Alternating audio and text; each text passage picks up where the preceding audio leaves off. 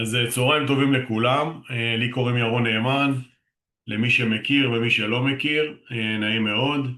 אה, השנה חגגנו 30 שנה לפועלנו, לא יאומן, ו-27 שנים בעבודה עם מטפלים.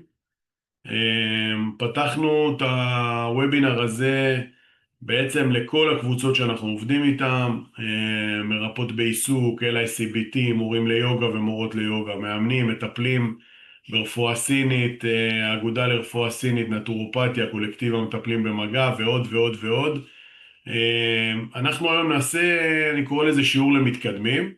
עשיתי לא מעט וובינרים והרצאות למתחילים, שבהם הסברתי את הדברים הבסיסיים, האלף בית של אחריות מקצועית, אבל היום אני רוצה שאני אכנס קצת יותר לעומק של הדברים, גם בגלל שאנחנו הרבה פעמים נתקלים בסוגיות של אנשים שעובדים כבר שנים, ו...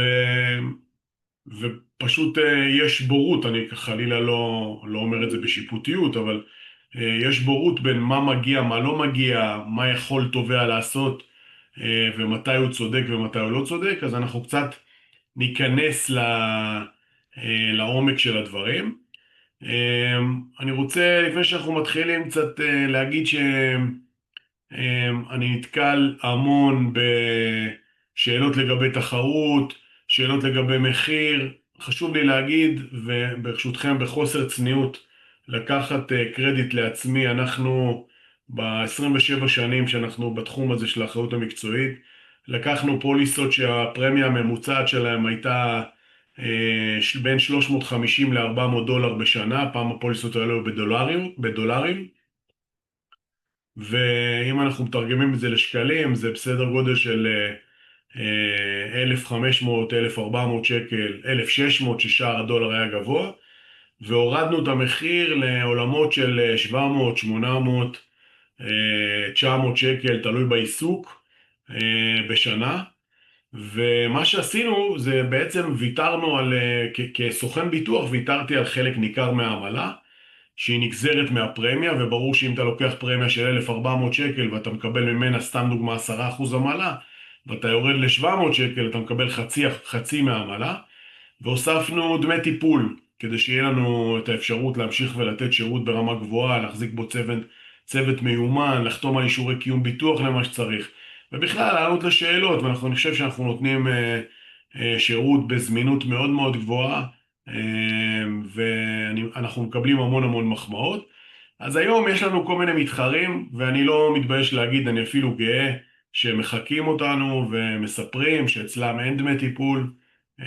אני מאחל להם בהצלחה, מהר מאוד הם יגלו שאם הם לא יגבו משהו, אז הם פשוט לא יהיה להם יכולת לתת שירות, ואז השירות שלהם יהיה ברמה נמוכה. אנחנו, מה שעשינו זה פשוט זיקקנו את הסיכון מיינסטרים, לקחנו בכל עיסוק את ה-80-90% מהאנשים שעושים את העבודה בסיכון הסטנדרטי שמתאים לעיסוק, וכל מה שהוא יוצא דופן גבינו עליו תוספת. לדוגמה, בוא ניקח את העולמות של הלידה, אז מי שלא נכנסת לחדר לידה משלמת מחיר X, ומי שנכנסת לחדר לידה שם הסיכון גבוה יותר משלמת תוספת. מי שעובד עם מים משלם תוספת. מי שעובד בחוץ, בריטריטים, בטיולים, משלם תוספת, ויש עיסוקים מסוימים בודדים שבהם העלות היא טיפה יותר גבוהה.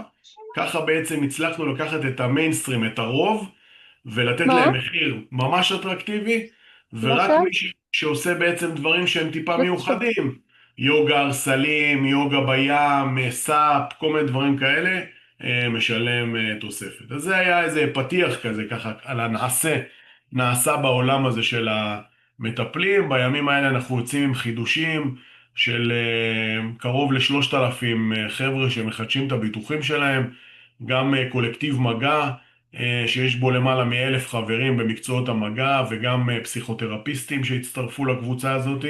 אנחנו מחדשים ב1 לדצמבר, גם LICBT, גם מורים ליוגה שאנחנו מחדשים ב1 לינואר. אז אם אתם מקבלים מאיתנו הודעה לחידוש, פיתחנו אפליקציה שאפשר לחדש את הביטוח ב4 דקות, ותוך 4 דקות אתם מקבלים אליכם למייל העתק של הפוליסה עם קבלה על תשלום, מי שמשלם חברות לאגודה כלשהי, יקבל קבלה של חברות לשנה הקרובה. משהו הייטק, אני מאוד גאה בזה, ומי שיחדש וירצה לתת לנו משוב על זה, אני אשמח שתשלחו לנו משוב אליי לפרטי או למשרד, מה שבא לכם. זהו, אנחנו צוללים להרצאה שלנו ואנחנו מתחילים בלדבר על פקודת הנזיקין. פקודת הנזיקין היא בעצם החוק במדינת ישראל, ואני מיד אפתח אותו שהוא יהיה מולנו. הוא חוק במדינת ישראל שהוא הבסיס בעצם לאחריות של אדם כלפי הציבור.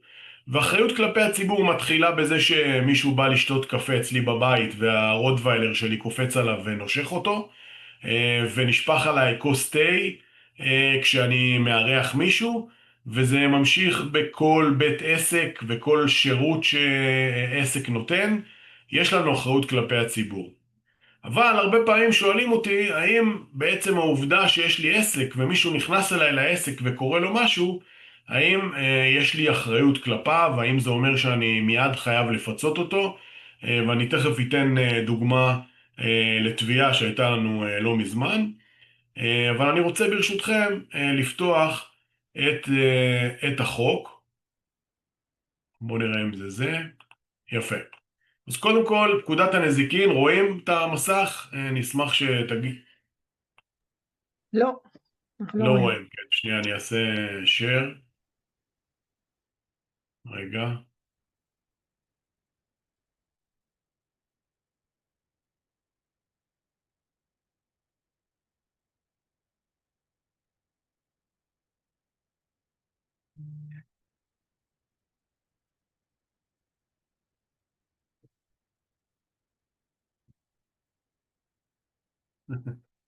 הנה יעל באה להציל אותי.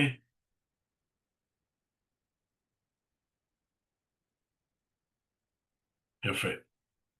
רואים עכשיו? כן, יופי. אז פקודת הנזיקין זה בעצם החוק שעל בסיסו, או התרופה אליו, הפתרון לחוק, זה ביטוח אחריות מקצועית בצד ג'. החוק הוא חוק שיש בו המון המון התייחסויות להמון המון מצבים שיכולים לקרות. אנחנו נתמקד במה שרלוונטי אלינו.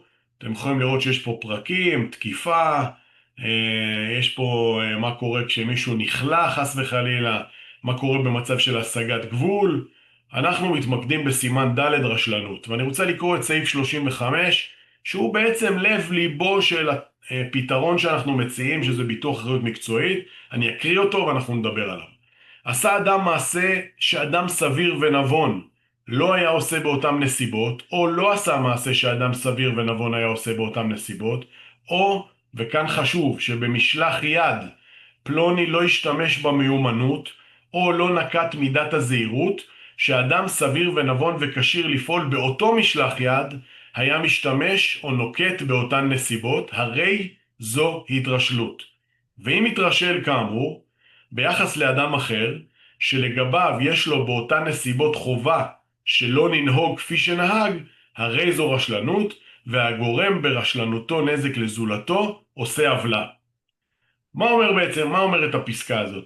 כל הזמן אנחנו נמדדים בסבירות. מה היה עושה אדם סביר, נורמלי? אני מתייחס לעיסוק שלנו, בסדר? בעיסוק שלנו, במשלח ידינו, וזה מה שיבחן בעצם האם אנחנו התרשלנו או לא התרשלנו.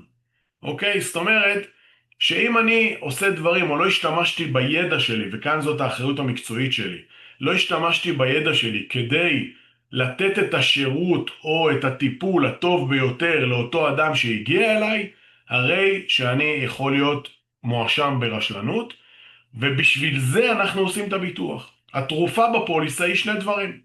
אחד, אנחנו נספק הגנה משפטית שתתמודד עם טענות התובע, ומי שהיה בהרצאות הקודמות שלי יודע שתמיד אני אומר ומדגיש, בביטוח אחריות מקצועית חבות ההוכחה היא תמיד על התובע.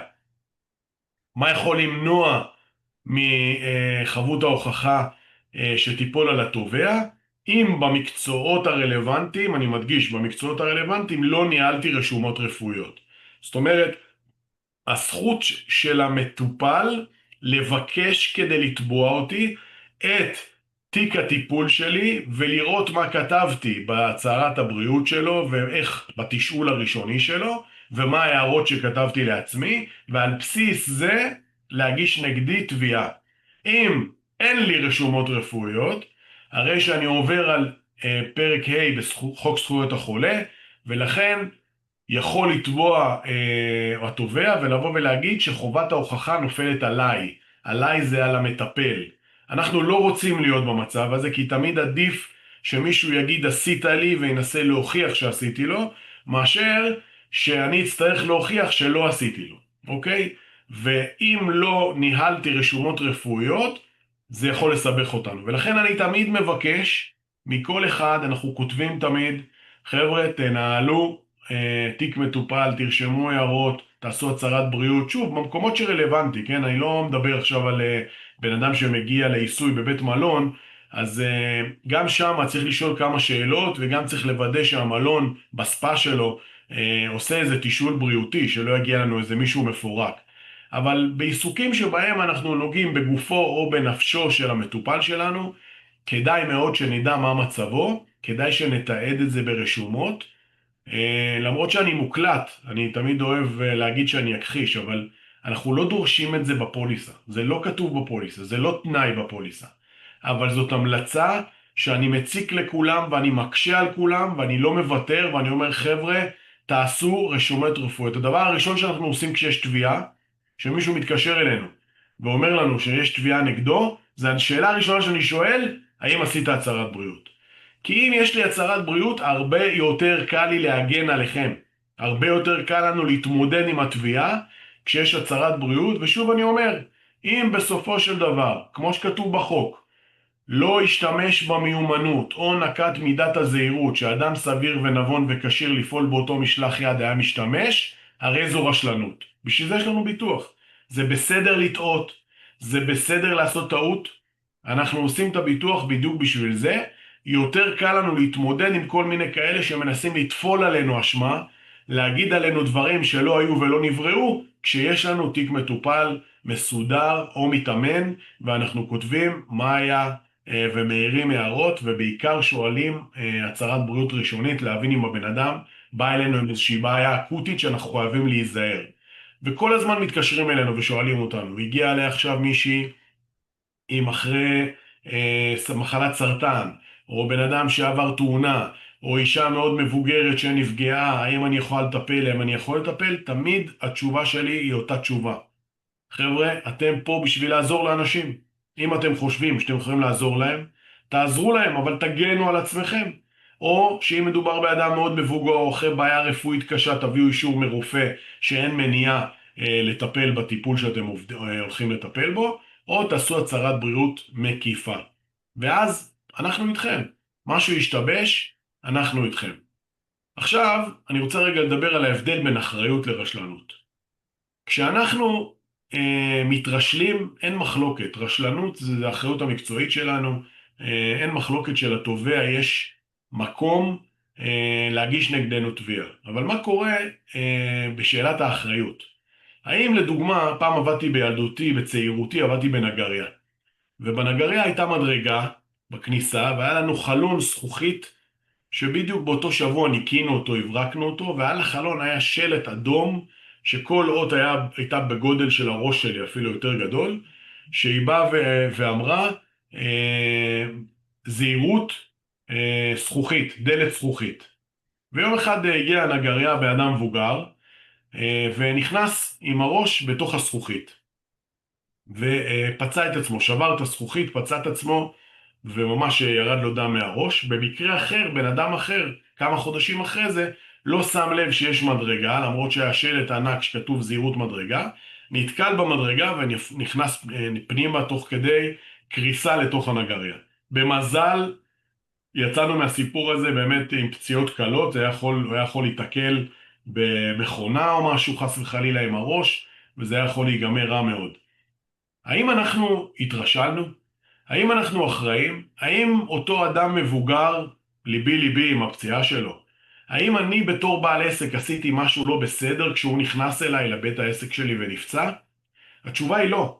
אני עשיתי כל מה שהחוק מבקש ממני, אגב, כשמגיע סוקר לבית עסק בעסקים כמו נגריות, אצלכם בקליניקות זה לא קורה, אבל כשמגיע סוקר לבית עסק, הוא בא ואומר, חבר'ה, לשים שלט מאיר עיניים, זהירות מדרגה, זהירות דלת נפתחת, זהירות זכוכית, תקרה נמוכה, you name it, והכל היה. הכל היה בגודל המתאים, לפי הדרישות של החוק, ובכל זאת, אותו בן אדם נפל. וכמובן שהילדים שלו מיד, שהיו צריכים לטפל בו, הגישו נגדנו תביעה, והגענו לבית משפט, ו... וזכינו. זכינו מאחר והבאנו תמונות ותיעודים שאנחנו עשינו את כל מה שיכולנו כדי להגן על הלקוחות שלנו, שהם לא ייפצעו. אז חשוב לי מאוד לדקדק, כי הרבה מאוד אנשים שיש להם קליניקות או סטודיו ליוגה, או מטפלים בפילאטיס, או לא משנה מה, שמגיעים אליהם אנשים, זה לא אומר שאם בן אדם נכנס אליי וקרה לו משהו, זה הופך אותי מיד לאחראי. אני בכוונה לא משתמש במילה אשם. יש לי אחריות, אבל לא תמיד יש לי עוולה או אשמה או התרשלות. שימו לב מה קורה, מה כתוב בחוק.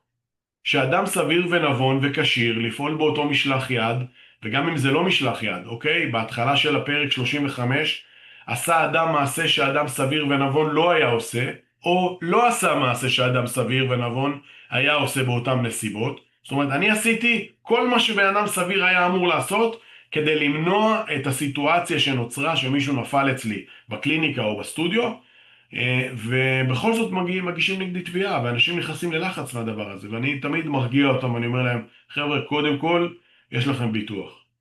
אם הסתבר בבית משפט שהייתה לכם אחריות או רשלנות וצריך לפצות, אנחנו נכנסים בנעליים שלכם ומפצים, עד לגבול האחריות שיש בפוליסה, שהוא גבוה, מעל 1,000,000 שקל.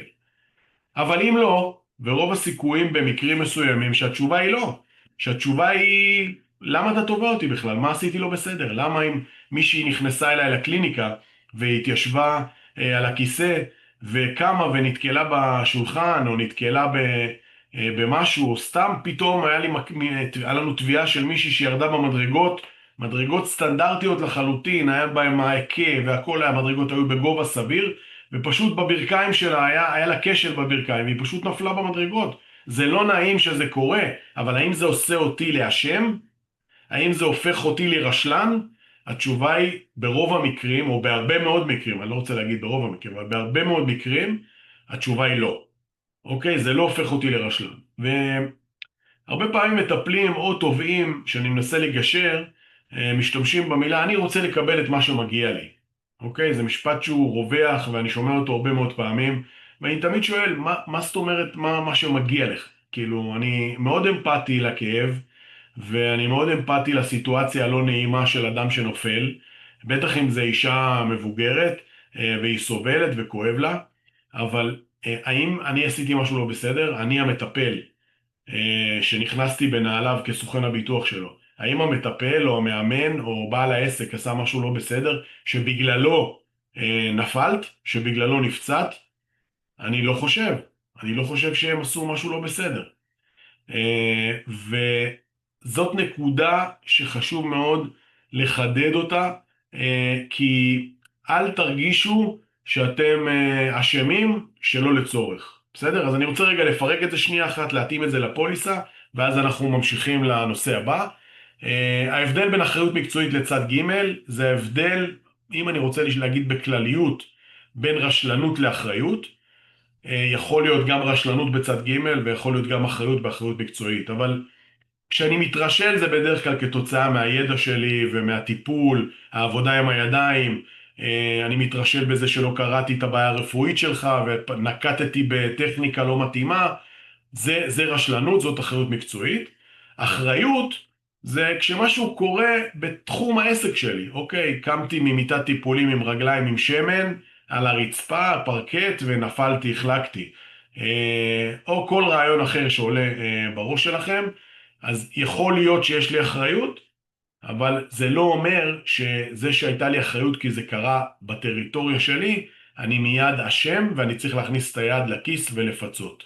בסדר? אז אם יש למישהו שאלה בעניין הזה, אז אני אשמח שתשאלו.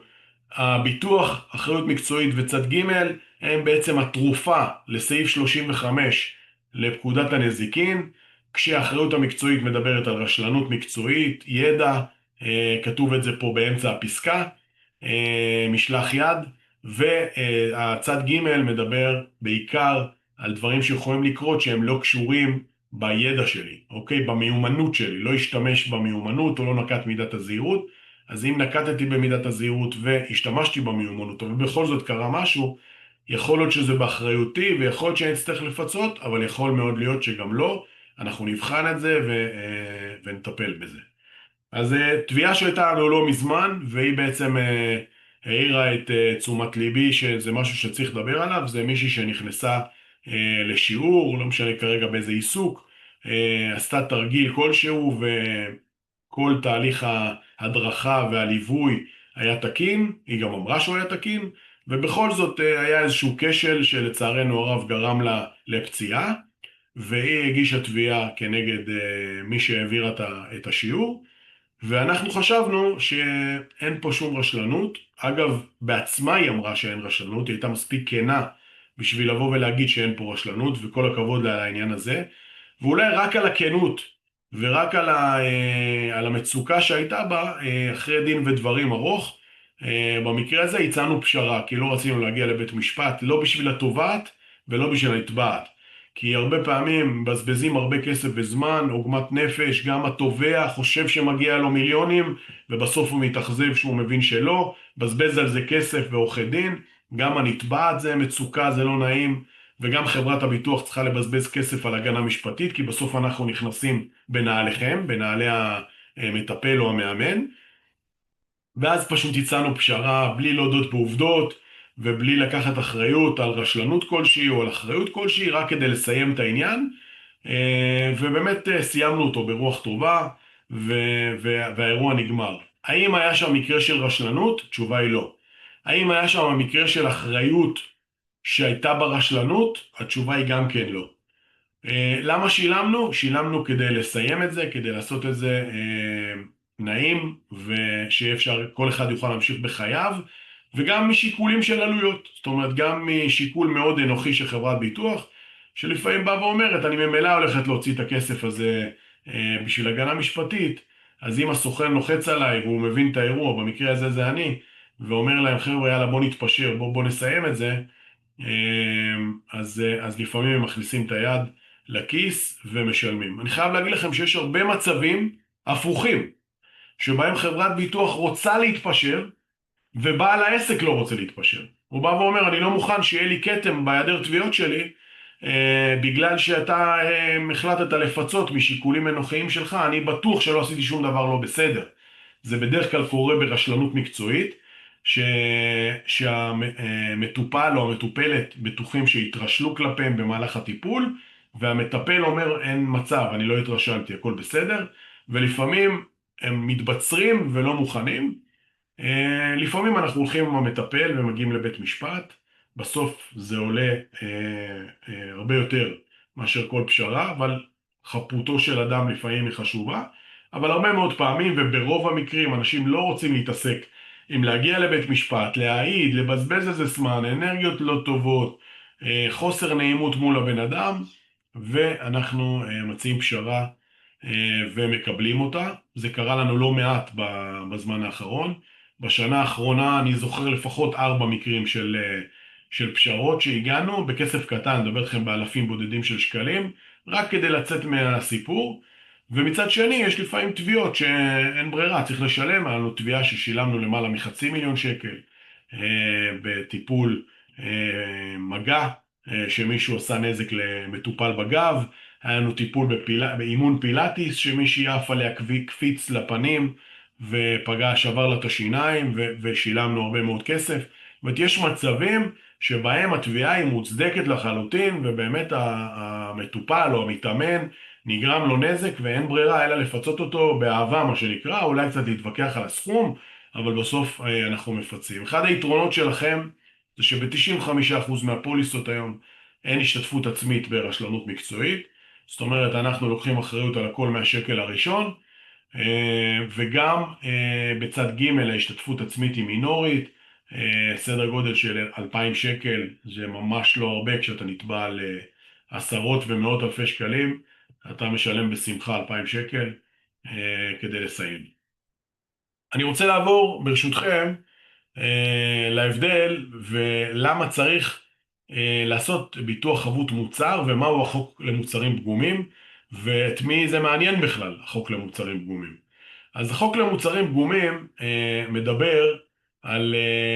יאללה, את רוצה לעבור רגע, לעזור לי לעבור מסך, כי אני לא מסוגל לעשות שני דברים במכה. ניתן פה לחבר'ה לצחוק עליי תוך כדי, ובואו נעבור למסך של החוק למוצרים פגומים.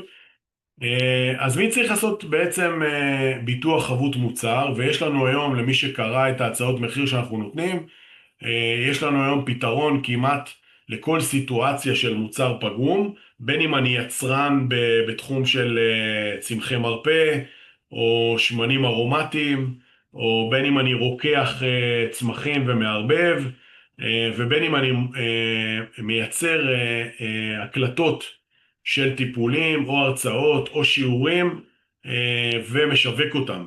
כשאני מלמד ואני בפרונט מול התלמידים שלי, אז האחריות המקצועית שלי על מה שקורה בשיעור, ואני תמיד אומר למי שעובד ומרצה גם ומלמד בקבוצה גדולה שצריכים לעשות יש מעורבות בתוך ההרצאה, בתוך השיעור, כמו יוגה, כמו פילאטיס, כמו כל דבר שעולה לכם בראש, אז לראות בריבועים סבירים מה קורה, זאת אומרת לעקוב אחרי מה אנשים עושים כדי שאפשר יהיה לתקן. אבל אם, ובמלחמה היו לנו מצבים שלפעמים אנשים תרמו מעצמם ונתנו, עשו שיעורים כדי לעזור לחבר'ה מהעוטף ולחבר'ה שפונו מהצפון, והיה הענות מטורפת ושיעורים שאתה רואה בריבועים כאלה של סנטימטר על סנטימטר את המתאמנים, אין לך שום יכולת לדעת מה קורה איתם, סיכון שאני לא ממליץ לקחת אותו. אבל מה קורה כשאני בכלל לא רואה אותם? מה קורה כשאני עושה הרצאה ואני ממליץ לאנשים לעשות דברים מסוימים, כמו איך להתנהג עם הילדים, כמו איך לערבב צמחים בעצמי, או כמו איך לאכול נכון, או יוגה, או פילאטיס, או כל דבר שאתם מקליטים ומשווקים. כאן האחריות המקצועית שלכם היא לא רלוונטית בכלל, מאחר ואתם לא רואים בכלל את המטופל או את המתאמן. ולכן אתם חייבים לפעול לפי החוק למוצרים פגומים. אני רוצה רגע להסתכל על ההגדרה מהו יצרן. אז אדם העוסק למטרות מסחריות בייצור מוצרים או בהרכבתם, יש שיגידו מה, להקליט קלטת זה ייצור מוצר? תשובה היא כן, אין שום דרך להגן עליכם כשאתם מקליטים את עצמכם ומשווקים, אלא באמצעות החוק למוצרים פגומים, תחת ההגדרה אדם העוסק בייצור מוצר. כי ברגע שאני מקליט את עצמי בשיעור, עושה ומביא את הידע המקצועי שלי ואנשים משתמשים בו, הרי שייצרתי מוצר, ומי שמשתמש בו בעצם, משתמש בו ממש כמו משחה, או כמו כל דבר אחר שהוא קונה, כשהמטרה היא שהמוצר שלכם שאתם מייצרים יעשה לכם טוב, יעשה טוב למטופלים שלכם.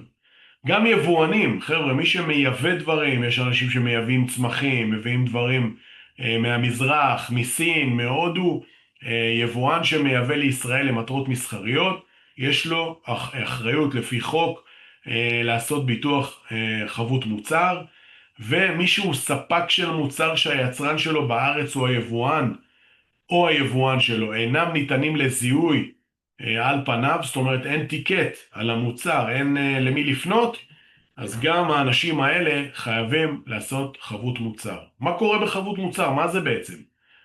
אז חבות מוצר בעצם גם מדבר על נזק גוף, תראו בפסקה למעלה, נזק גוף, מוות, מחלה, פגיעה או ליקוי גופני, נפשי או שכלי. זאת אומרת, זה מאוד דומה למה שקורה באחריות מקצועית, אבל כאן אני בעצם לא רואה את המתאמן או המטופל שלי, אלא אני ייצרתי משהו הוא משתמש בו, והוא יכול מחר לבוא ולהגיד, בגלל שאני השתמשתי במוצר שלך, נפגעתי, יש לי ליקוי גופני, ואני תובע אותך בגין המוצר הזה. אנחנו ייצרנו מנגנון שלם של פתרונות של חבות מוצר למי שרוצה לקנות, שזה באמת בעלויות מצחיקות, גם מי שמתעסק עם צמחים או רוקח דברים בתוך הטיפול, אז משלם תוספת של 150 שקל, אבל זה חייב להיות ביי פרודקט של הטיפול. זאת אומרת, אתה רואה, אתה מאבחן, ואתה נותן פתרון ממשי בתוך הטיפול.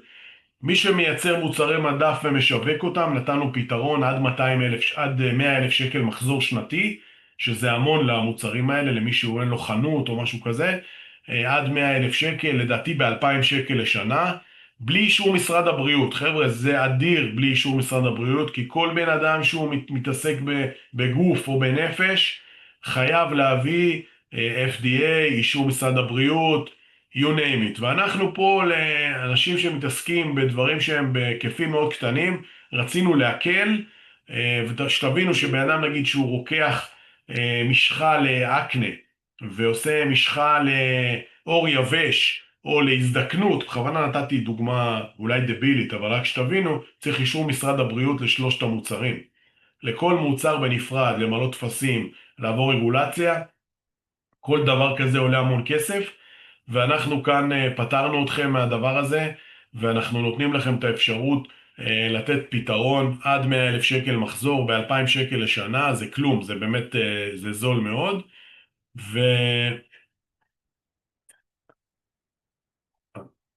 ויעל פה מעירה לי שמישהו כתב על מוצרים מוקלטים, אז אני אמרתי קודם שמוצר מוקלט חייב בחבות מוצר, אמרתי את זה, אני חוזר ואומר את זה עכשיו.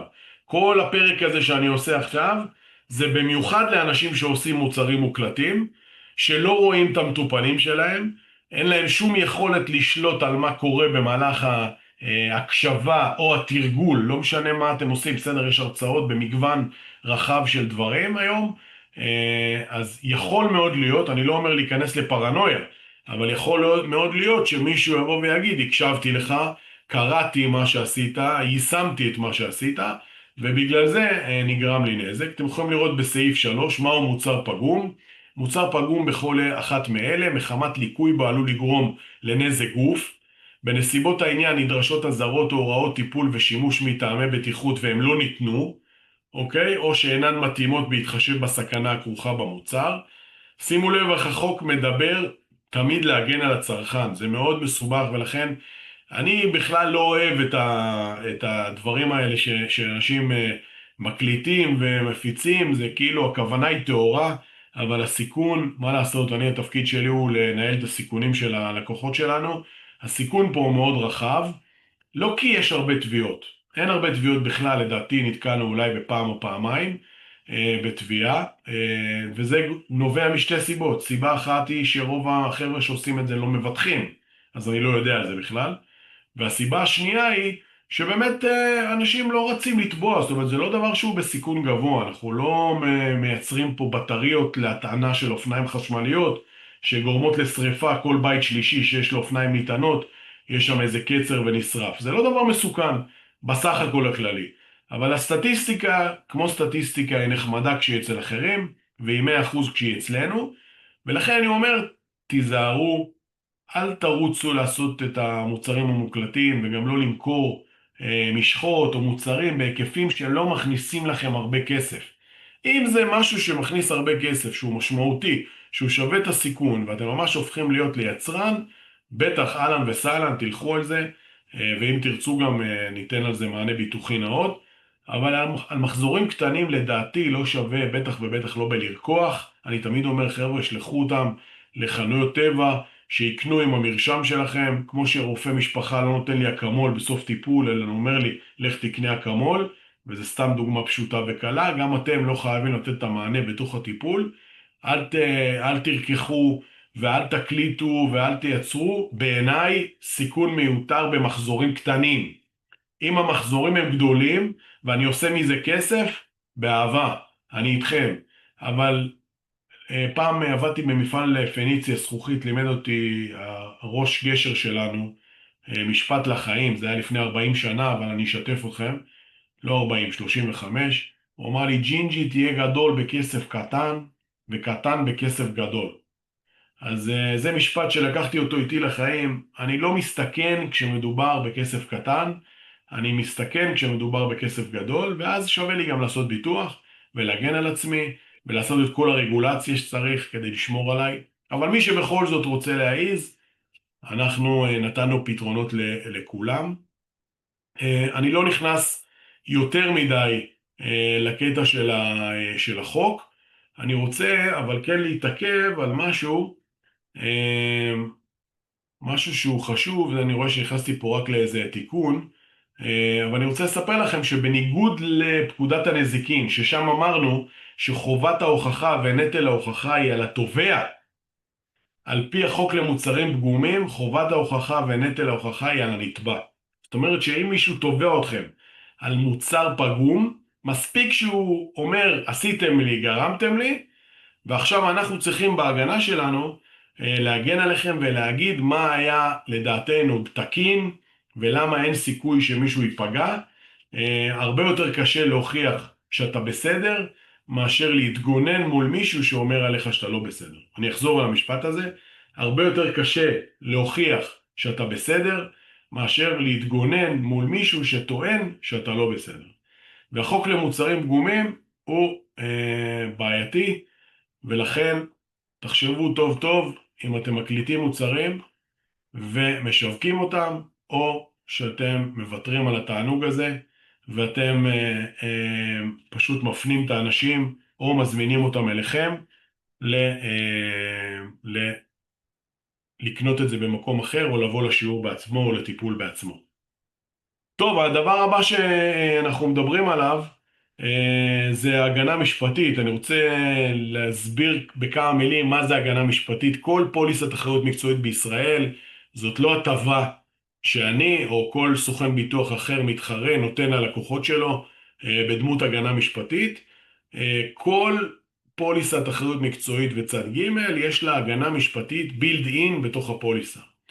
עכשיו אני חייב להגיד לכם שאל תתרגשו שמישהו פה הוא נחמד אליכם כלקוחות, הוא נותן לכם הגנה משפטית, איזה צדיק, איזה יופי, ויהיה לכם דמעות בעיניים ותגידו ממש מרגש. לא, אין מה להתרגש. הרי המבטח נכנס בנעליכם, והוא בסופו של דבר זה שיצטרך לשלם.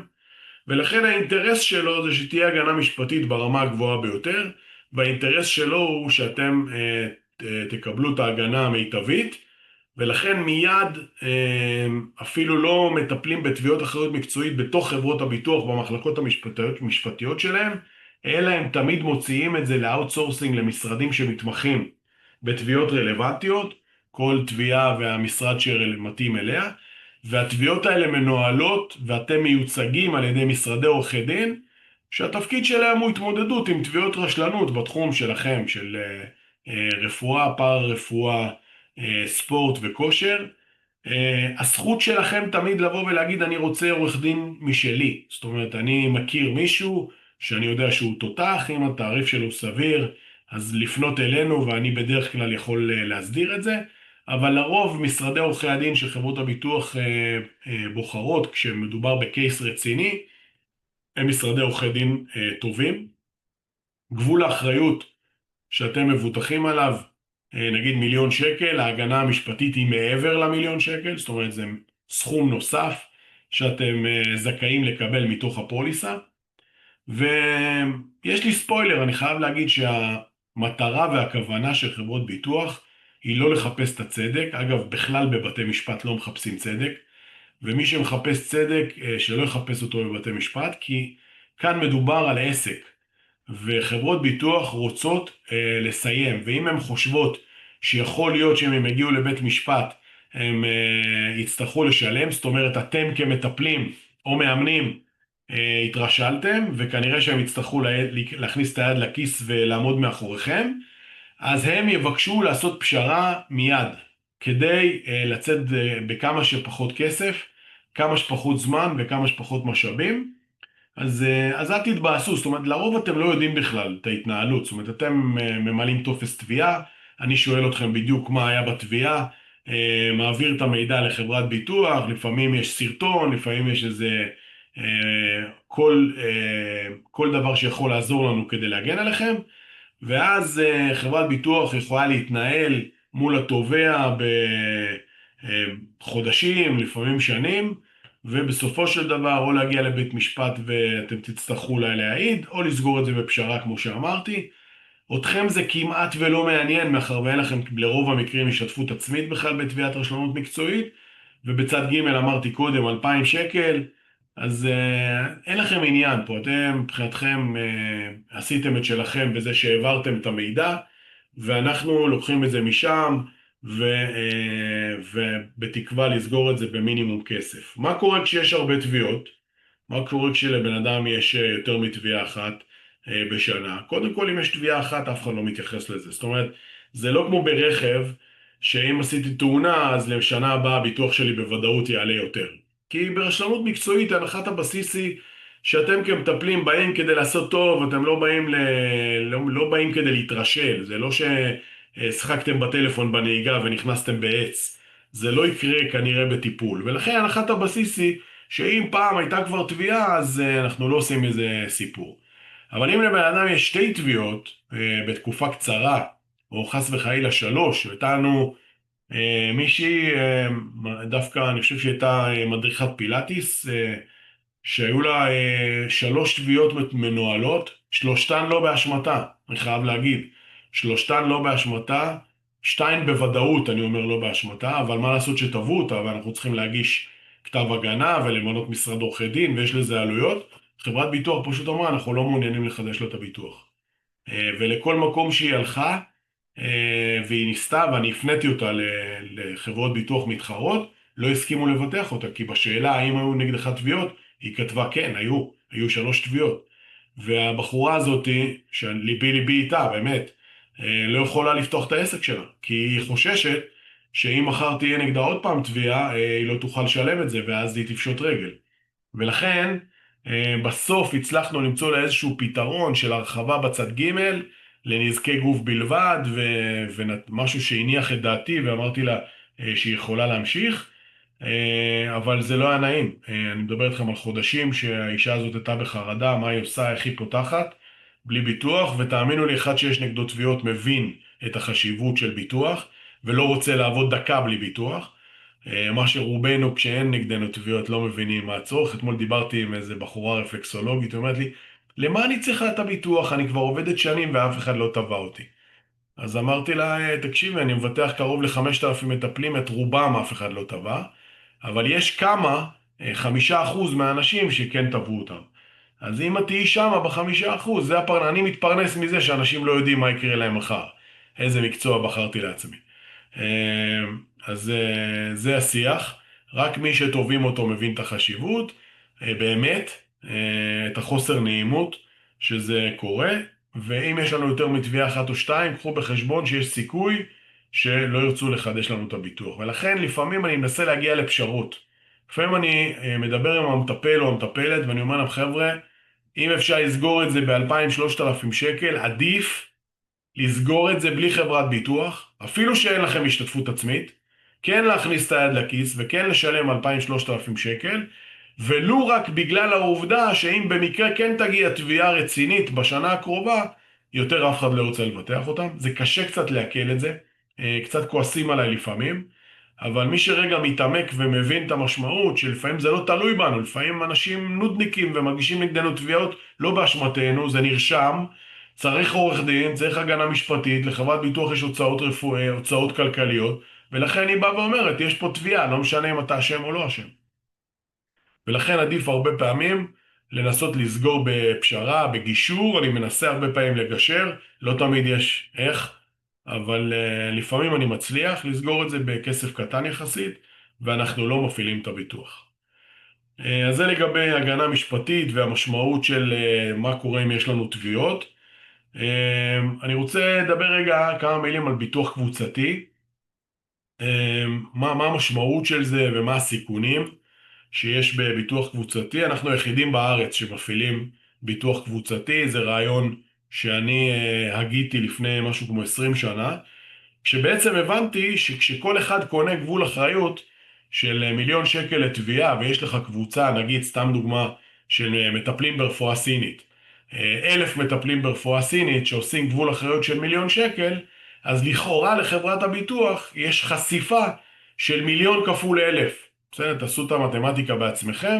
אם 1,000 אנשים יהיה להם תביעה של 1,000,000 שקל, חברת ביטוח תהיה חייבת לשלם את הסכום המקסימלי שזה 1,000,000 כפול 1,000. אבל, לשמחתנו הרבה, ברוב העיסוקים שאנחנו מתעסקים במשרד שלנו, שזה רפואה משלימה, פארה-רפואה, יוגה, כושר, פעם עבדנו עם אוסטאופטים, ובגלל שהיו לנו שתי תביעות, כל אחת בצבע, מאות אלפי שקלים, הפסקתי לעבוד עם אוסטאופטים, כי זה פשוט עשה לנו נזק, לא בגלל שהם לא אנשים מדהימים, וגם לומדים הרבה, 4-5 שנים לתעודה, אבל פשוט הסיכון היה גבוה מדי, אז מחילה. אבל רוב העיסוקים שאנחנו עובדים איתם זה אנשים שאין להם תביעות. ואז באתי לחברת ביטוח ואמרתי להם, תקשיבו, במקום להיות חשופים על 1,000 כפול מיליון, בוא ניתן סכום מטריה, שנגיד 20 מיליון שקל לאותם 1,000 איש, ובתמורה תיתנו לנו הנחה. תיתנו לנו הנחה, ובמקום שישלמו, זוכרים, אמרתי בהתחלת ההרצאה, 1,400 שקל לשנה, 1,300 דולר ליום היה פעם, כל מיני כאלה, בואו ניקח להם פרמיה הרבה יותר נמוכה, וככה הצלחנו להוריד את המחיר באופן דרמטי, שבעצם הסיכון הוא שאם יהיו בשנה אחת יותר מ-20 מיליון שקל תביעות, אז לכאורה אנחנו חשופים, לא יהיה מספיק כסף בקופה. לשמחתי הרבה עד היום, אם אני מסכם את כל 30 שנות עבודתי או 27 שנות עבודתי מטפלים, לא, אם אני אסכם את כל התביעות לא הגענו ל-20 מיליון שקל, אז בטח לא בשנה אחת. ולעומת זאת יש אלפי מטפלים שנהנים ממחיר הרבה יותר זול, הרבה יותר מתאים לסיכון שלהם, שהוא סיכון לא גבוה בסך הכל, ובפוליסות אטרקטיביות. אז הרבה פעמים מנסים להכפיש, להגיד מה, זה פוליסה קבוצתית, זה לא טוב. זה פנטסטי, פוליסה קבוצתית, זה מה שהוריד את המחיר בשוק, ואתם נהנים מזה, ואני יכול להגיד לכם בביטחון שאם קבוצה מגיעה לכמות גדולה של אנשים, אני תמיד מגדיל את המטריה, אני מתחיל תמיד עם קבוצה עם 5 מיליון שקל שיש בה בודדים, ואז ככל שהקבוצה גדלה, מגיעים ל-100, מגדילים את זה ל10 מיליון, מגיעים ל-200, מגדילים את זה עוד, וכך הלאה וכך הלאה, ואני שמח להגיד לכם שבחיים לא התקרבנו למצב שבו סכום הביטוח לא הספיק לכמות התביעות שהיו בשנה אחת. אז אין לכם מה לדאוג, וזה בעצם משרת אותנו וזה טוב לנו.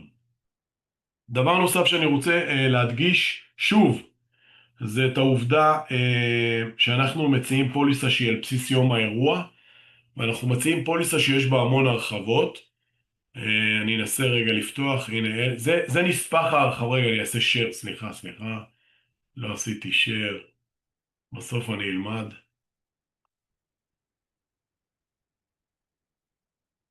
איפה זה, איפה זה?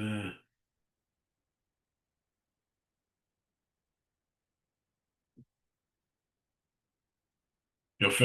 רואים את הנספח? הנספח הזה הוא נספח שאנחנו לא מפרסמים אותו, אנחנו לא שולחים אותו, הוא לא אישי, אבל הוא הסכם שלי עם חברת ביטוח הכשרה, שבה אתם כולכם מבוטחים, שהוא נספח הרחבות שנותן ללקוחות שלנו סל של הרחבות בתוך הפוליסה. אז קודם כל, פסקה א' היא הפסקה שהופכת את הפוליסה לפוליסת יום האירוע. כל תביעה לפיצויים בכל עת שתוגש, על בסיס שירותים מקצועיים שניתנו או אמורים להינתן על ידי המבוטח, או כל אדם אשר המבוטח אחראי באופן חוקי על פעולותיו, זאת אומרת גם אם יש לכם אסיסטנט, או מתלמד, או מישהו שנמצא איתכם בטיפול או בשיעור, אז הוא מבוטח, ובלבד שאתם נמצאים איתו, זאת אומרת הוא לא לבד, במסגרת מקצועו של המבוטח במשך תקופת פוליסה זו.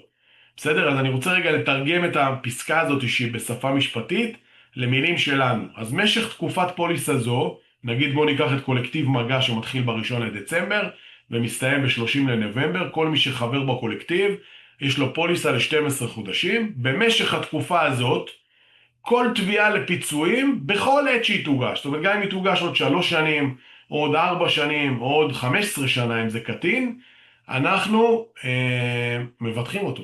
זאת אומרת, יום האירוע הוא היום הקובע, ואם ביום שבו קרה המקרה היה לכם פוליסה בתוקף, אתם רגועים ושקטים, שיש לכם כיסוי ביטוחי, גם אם אתם כבר לא חברים שלי יותר, ואתם לא זוכרים את השם שלי, אתם פונים להכשרה ביטוח, והפוליסה שלכם היא על בסיס יום האירוע, ואתם יכולים להיות רגועים. אתם יכולים לראות בפסקה ב' את ההגנה המשפטית שיש לכם. אני רוצה רגע להגיד משהו על הגנה משפטית בהטרדה מינית. הטרדה מינית זאת עבירה פלילית, היא לא תחת פקודת הנזיקין. זוכרים שבהתחלה התחלנו את השיעור, את ההרצאה, דיברנו על מה התרופה לפקודת הנזיקין, וזה הביטוח שלנו.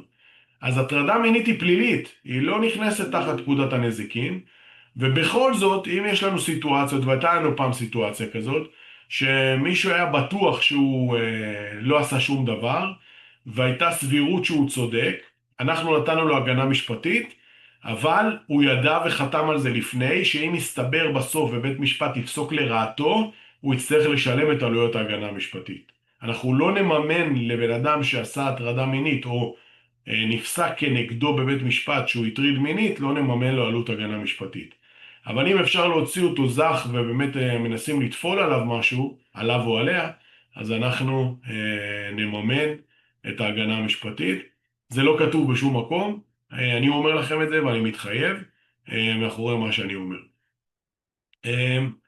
הרחבות נוספות שאנחנו נותנים זה הגנת הפרטיות, אנחנו נותנים, בואו נראה אם כתוב פה, הנה אתם רואים פה בנספח 4, כל חבות הנובעת מבעלות או פיקוח של המבוטח. אז אם אנחנו עובדים בבתי חולים, יש לנו כיסוי ביטוחי, ברוב הפוליסות זה חריג, אנחנו נותנים כיסוי גם בבתי חולים, קופות חולים או מה שנקרא מדינת ישראל. בואו נראה אם יש לנו פה גם את העניין של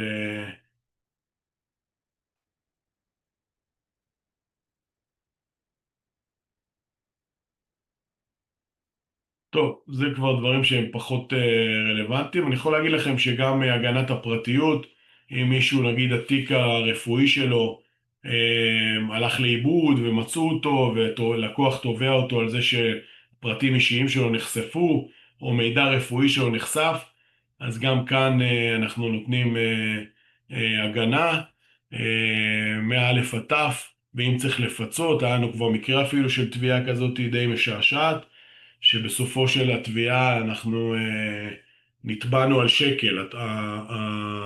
השופטת אמרה שבאמת המטפלת התרשלה, אבל מאחר הייתה פה תביעה קטנונית, אז היא פסקה שקל לתובעת, אבל ההגנה המשפטית עלתה משהו כמו 13,000 שקל, אנחנו שילמנו את הכל ללא השתתפות עצמית, וזאת התביעה היחידה שאני זוכר על הגנת הפרטיות, שזה מידע רפואי או אישי שזלג מהמטפלת על המטופלת לפלוני אלמוני, ונודע לה והיא תבעה אותה. זהו, שעה חלפה לה, דיברנו והעמקנו בדברים שעד היום אף פעם לא דיברתי עליהם. אני אסכם רגע, דיברנו קצת על פקודת הנזיקין, דיברנו על העובדה שלא תמיד כשקורה משהו בטריטוריה שלנו זה הופך אותנו מיד לאשמים, ולא תמיד אם אנחנו אחראים אנחנו צריכים לפצות, לעתים כן, לעתים לא, צריך לבחון את זה.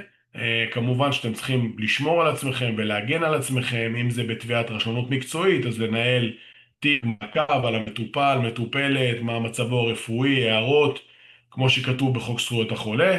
ואם מדובר בצד ג', אז אם יש לכם קליניקה שיש בה איזשהו סיכון כלשהו, או סטודיו שיש בו סיכון, כמו הדוגמאות שנתתי על הנגריה, שעבדתי בה, מדרגה גבוהה, או חלון מזכוכית שלא רואים, דלת הזזה, או מדרגות נמוכות, או תקרה נמוכה, אז להזהיר את האנשים בשלט, מאיר עיניים, לשמור על הקהל שלכם כדי שלא יתבעו אתכם, ואם בכל זאת קורה משהו, אז אנחנו פה בשבילכם, כדי לבחון האם אתם צריכים לפצות או לפצות, ואם צריך, בשביל זה עשינו את הביטוח, ואנחנו נפצה. דיברנו קצת על הגבתית, דיברנו על מה קורה כשיש ריבוי תביעות, דיברנו על ההבדל בין חוק למוצרים פגומים לפקודת הנזיקין, ומי צריך לבטח חבות מוצר. שמתי דגש על מוצרים מוקלטים. סיפרתי לכם שיש לנו 3 אופציות של ביטוח חבות מוצר. אחד זה למי שנותן מוצרים שהוא רוקח בקליניקה, בתוך הטיפול עצמו, ואמרתי שזה עלות של משהו כמו 140 שקל לשנה. אחד זה למי שמייצר מוצרים ומוכר אותם עד מחזור של 100,000 שקל בשנה. אמרתי לכם שיש לנו הרחבה שעולה בערך 2,000 שקל לשנה, ומי שהמחזור שלו מעל 100,000 יכול לפנות אלינו ואנחנו נבנה לו הצעה ספציפית. אני רואה שמישהו שואל האם פודקאסט נחשב. כל דבר שאנחנו משווקים אותו ואנחנו לא נמצאים כדי לראות מי משתמש ומה יכול לקרות, אז כן, זה נחשב מוצר. האם צריך לבטח פודקאסט? הנה, אני עכשיו נותן לכם הרצאה, אז אתם איתי, אז אני רואה אתכם, אתם שואלים אותי שאלות, אני עונה תשובות, אבל המוצר הזה יהיה מוקלט, ואני הולך לשים אותו באתר, ואני הולך לשלוח אותו למי שמבקש. האם יש לי ביטוח חבות מוצר? התשובה היא לא. אין לי ביטוח חבות מוצר על הסיטואציה הזאת, מאחר ואני לא רואה דרך שמישהו יכול להיפגע כתוצאה מהמידע. מקסימום יכול להיות לו סימן שאלה, ואז הוא יכול להרים לי טלפון ולשאול אותי. אבל אני מאוד זהיר בדברים שאני אומר, אני לא ממליץ לאנשים לא לעשות ביטוח, אני לא, להפך, אני תמיד יותר מחמיר, ולכן זה שאני עושה פודקאסט, לא בטוח שאני הייתי מבטח את זה. אבל אם אני עושה הרצאה שאני מניע אנשים לפעולה בתוך הפודקאסט, אז בהחלט כן צריך לבדוק את זה, וכן צריך לחשוב האם כדאי לבטח את זה או לא. דיברנו על היתרונות והחסרונות של ביטוח קבוצתי, דיברנו על היתרון בעיקר במחיר, החיסרון שקיים לכאורה, אבל מעולם ב-27 שנותיי כמפעיל ביטוחים קבוצתיים לא נתקלנו באיזושהי חשיפה לבעיה. דיברנו על הגנה משפטית, דיברנו על ההבדלים בין פוליסת יום האירוע והגשת תביעה, ועל ההרחבות שיש לכל אחד מכם. אם יש למישהו שאלה, כן, אני אשמח. אתם מוזמנים לשאול. אני אשמח לשאול משהו. שתי שאלות. בבקשה. דבר ראשון, מה שאמרת לגבי פוליסת יום האירוע לעומת יום התביעה. אם לצורך העניין עד עכשיו הייתי בחברת ביטוח שהפוליסה שם הייתה על בסיס יום התביעה ואני מחליטה לעבור אליכם, אבל פתאום מטופל מחליט לתבוע אותי על משהו שהיה שנה שעברה. שאלה מצוינת, שאלה מצוינת, והתשובה היא פשוטה. כשאתה עובר מפוליסת יום הגשת התביעה לפוליסת יום האירוע, אתה אוטומטית חושף את עצמך לתביעות על כל העבר הביטוחי. ואנחנו, כתנאי לביצוע ביטוח, תמיד מבקשים לראות העתק פוליסה, ואז אומרים ללקוח החדש שמגיע אלינו, אחד משלושת הדברים הבאים. אחד, זה האם אתה מעוניין לקנות רטרואקטיביות, אנחנו יכולים לתת לך מענה כזה. יש כאלה שאומרים, עזוב, אני לא רוצה, אין שום סיכוי שיתבעו אותי, לא קרה כלום, כמעט לא עבדתי, הייתי במילא בחופש, כל מיני כאלה דברים, אני מחתים אותו שהוא לא רוצה. שתיים, אם הוא רוצה לקנות ביטוח מקצועי רטרואקטיבית, אנחנו מציעים אופציה של שנה אחורה, ולצדיקים ללא מגבלת זמן. יש קבוצות שאני עובד איתן שבהן הסיכון מאוד נמוך, או קבוצה מאוד גדולה, שבהם אני לא גובה כסף על רטרואקטיביות. לדוגמה, שאנחנו עובדים עם איגוד ההומואפטים, שזה קבוצה שהיא לא גדולה, אבל הסיכון בה מאוד נמוך, אנחנו לא גובים כסף על רטרו. מי שמבקש רטרואקטיביות, אנחנו נותנים לו את זה. ב-Worst case scenario, מי שמבקש רטרואקטיביות ארוכת טווח, זה יכול להגיע למשהו כמו 100 שקל. בהרבה מאוד פעמים אנחנו נותנים שנה אחרונה חינם. קיצור, צריך לדבר על זה ולהחליט מה הכי מתאים, כל אחד לפי הסיטואציה שהוא נמצא בה, אבל בהחלט שאלה טובה, צריך לתת מענה לעבר הביטוחי, כי ברגע שאתם עוזבים פוליסת יום הגשת התביעה, אין יותר כיסוי ביטוחי אם עברתם למבטח אחר. אני חוזר על זה, ברגע שיש לכם פוליסת יום הגשת התביעה ועברתם למבטח חדש, אין כיסוי ביטוחי אצל המבטח הישן שעזבתם אותו. כדי לזכור את זה, תזכרו שהוא נעלב, הוא לא באמת נעלב, זה תנאי הפוליסה, הוא נעלב והוא לא חבר שלכם יותר, ואתם לא יכולים לפנות אליו. אם עשיתם ביטוח חדש, אוקיי? אם לא עשיתם ביטוח חדש ועזבתם את המקצוע, ואפשר לקנות שם רן-אוף, אפשר לקנות התיישנות בכסף, שימו לב, תתייעצו, אנחנו פה לענות לכל שאלה. אני רואה שפה בצ'אט כמה שאלות, כן? כן, רק עוד שאלה אחת, לגבי, יש הרי היום אפשרויות לעבוד גם דרך המחשב, לעבוד מחול, זאת אומרת במיוחד אם מדובר לא בטיפול פיזי אלא בטיפול פסיכותרפי, מה למשל קורה אם אני באמת כמה חודשים נמצאת בחול ועובדת מחול, האם הביטוח עדיין תקף גם אז? אוקיי, שאלה שוב טובה. אנחנו נשאלים את השאלה הזאת הרבה, ואפילו השם שלנו רץ אצל הרבה קבוצות של פסיכותרפיסטים, פסיכולוגים, עובדים סוציאליים, ואני שמח שפונים אלינו. התשובה שלי מאוד פשוטה. כשאתם עובדים בזום או בטימס, זה לא ממש מעניין אותי אם אתם נמצאים בתל אביב או בלונדון. מבחינתי, כשאתם עובדים מכוון, אז זה ברור לי שאין פייס טו פייס. ולכן נשאלת השאלה המשפטית, איפה תוגש התביעה? אנחנו לא נשלח עורך דין בפוליסה שעולה 700, 800, 900 שקל בשנה, לפי החוק האנגלי. לא נשלח עורך דין לייצג אתכם בלונדון, ולכן מי שעובד בחו"ל צריך להבין שהכיסוי הביטוחי הוא רק לתביעה שמוגשת בבית משפט ישראלי, נקודה. אין כיסוי ביטוחי לבית משפט שהוא לא ישראלי. אתמול דיבר איתי לקוח שאשתו רוצה לעשות ריטריטים, לקוחה ותיקה שלנו, רוצה לעשות ריטריטים, זה מאוד מקובל היום בכל התחומים, גם בשיח וגם בתנועה בחו"ל, והוא אמר לי שיש שם מתאמנים שהם גם לא ישראלים. אם המתאמנים הם לא ישראלים והטיפול נעשה בחו"ל, או האימון נעשה בחו"ל, כנראה שהתביעה תהיה מוגשת בחו"ל. זאת אומרת, אני לא רואה הולנדי בגואה שמגיש תביעה בישראל רק כי הוא רוצה להיות נחמד עם המאמן או המטפל שלו. ולכן תזכרו, קודם כל אני לא ממליץ לטפל באוכלוסייה זרה בחו"ל, תדאגו שיהיה לכם ביטוח בחו"ל. אבל אם טיפלתם בישראלים שנמצאים בארץ ואתם בחו"ל, הסבירות מאוד גבוהה שהתביעה תוגש בישראל, אני לא רואה בעיה, אין בעיה. ואם טיפלתם פיזית או לא פיזית בישראלים בחו"ל, למעט ארצות הברית וקנדה, נגיד אני יוצא עם בן או בת זוגי לרילוקיישן בהולנד, ואני מטפל בעובדי השגרירות ההולנדית, או עובדי השגרירות הישראלית באמסטרדם, גם סבירות מאוד גבוהה שהתביעה תהיה מוגשת בישראל, מאחר ומדובר בשני אזרחי מדינת ישראל, אבל זה לא ודאי. אם התביעה תהיה מוגשת באמסטרדם, אנחנו לא נכסה אותה. רק אם היא תהיה מוגשת בבית משפט ישראלי, אנחנו נכסה. בין אם זה בזום, בין אם זה בטימס, בין אם זה בפועל טיפול אמיתי. בסדר? אז הייתי ממש נחרץ, אני מקווה שגם ברור. שאלו אותי פה לגבי הצהרות בריאות, למלא כל שנה, במהלך שנה, אז שוב, תלוי בעיסוק ותלוי בצורך. מה שחשוב זה לסכם עם מטופל שחוזר, זה שאם אנחנו לא עושים לו הצהרת בריאות כל תקופה, זה לשאול אותו אם חל שינוי לרעה במצב הבריאות שלו.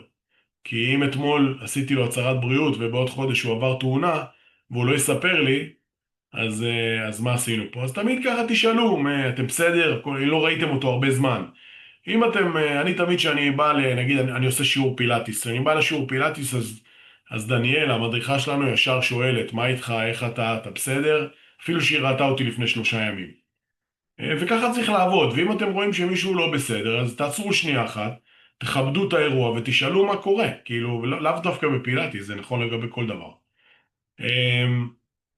אז זה לגבי העניין של הזה. ניתן להכין טופס תישול בריאותי מתאים לפי עיסוקים, קודם כל כן, אנחנו גם שולחים דוגמאות, אז מי שרוצה, אני חושב שזה נראה לי כמו תשובה של יעל, אז אם זה אנחנו ענינו אז מעולה.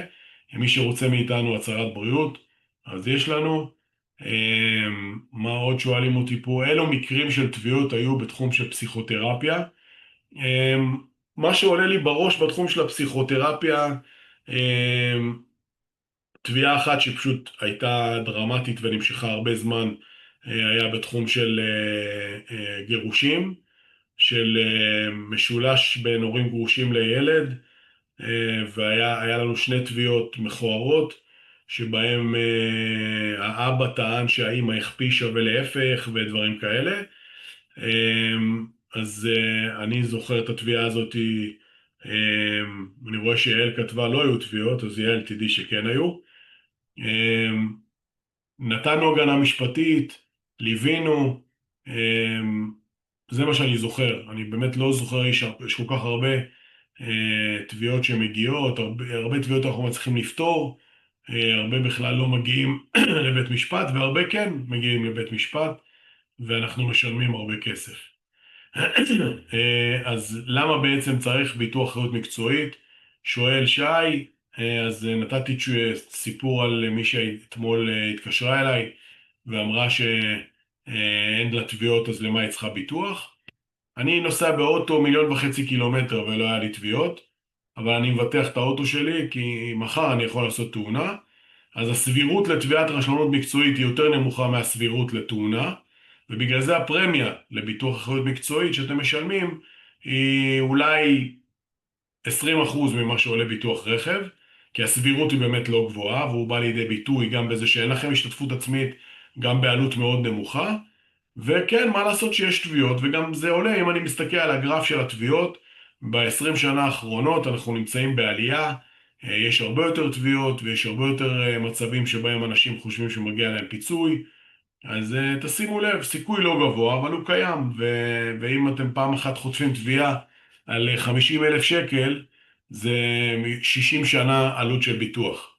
אז כי הביטוח, כמו שאמרתי, עולה בסביבות בין 700 ל-900 שקל ברוב המקרים, אז 50,000 שקל זה כל החיים עבדתם ושילמתם ביטוח, לא תגיעו למספר הזה. עוד שאלות? אני רואה שיש פה הרבה שאלות שקיבלו תשובה. אם פספסתי משהו, חבר'ה, אתם מוזמנים לעלות ולהגיד. ואם לא, אז אני מאחל לכם סוף שנה פורה. הוובינר הבא שלנו יהיה אז בדצמבר. אני אשמח שנייה.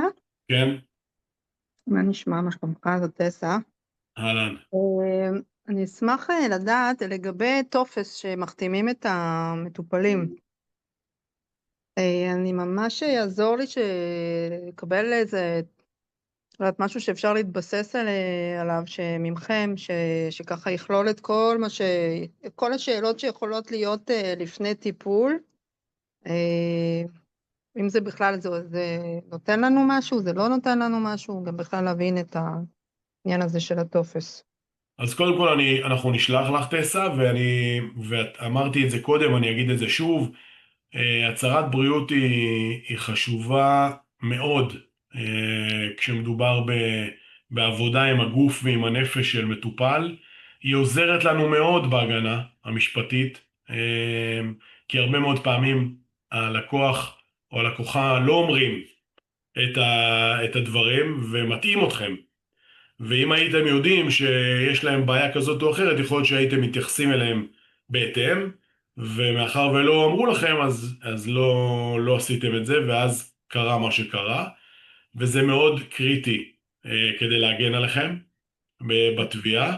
ויש לנו הצהרות בריאות, ואפשר לעשות להם התאמות לכל העיסוקים. ההצהרות בריאות שלנו הן גנריות, הן רחבות, הן מתאימות כמעט לכל המקצועות, אבל כל אחד יכול לקחת את ההצהרת בריאות, להיעזר אולי בצ'אט, גם איתנו, אתם יכולים לעשות גרסה ולשאול אותנו מה דעתנו, שמתאימה לעבודה שלכם, אבל תקפידו על זה, חבר'ה, זה ממש ממש חשוב, וגם חשוב לרשום הערות, כי לפעמים אתה רושם הערות על מה היה בטיפול, ואז עשית 2-3 טיפולים, והלקוח נפרד ולא חזר, ופתאום הוא חוזר אליכם אחרי איזה שנה-שנתיים, והוא בטוח שאתם זוכרים אותו כאילו הייתם בגן ביחד, אתם לא זוכרים, אבל אתם יכולים להסתכל בתיקייה שלו, ולדעת הכל, כאילו בדיוק מה קורה איתו. אני יכול להגיד לכם שאצלנו יש לנו מערכת שבה אנחנו מתעדים כל אינטראקציה עם הלקוח, והרבה מאוד פעמים אני כועס על הבנות במשרד, שאת יודעת, לפעמים בן אדם לא מגיע לעבודה אצלי במשרד,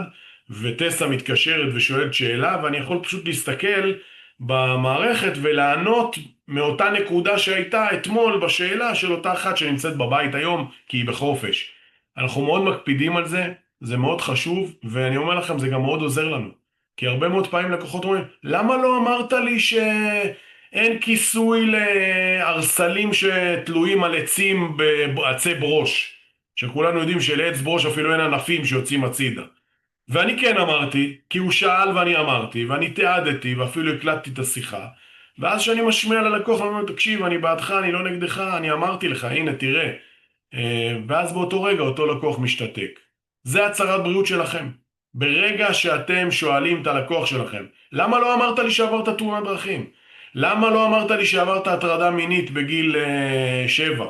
למה לא אמרת לי הייתי יודעת מה לעשות עם זה? זה מגן עליכם וזה עוזר לנו להגן עליכם, כשהוא בא בתלונה שקשורה לאותה שאלה שלא נענתה בצורה מדויקת. אז אנחנו נשלח לך הצהרת בריאות, ותעשי את האינטרפטציות שלך, ו... תודה ואם רבה. צריך תודה. את האינפוט שלי, אז בשמחה. עוד שאלות?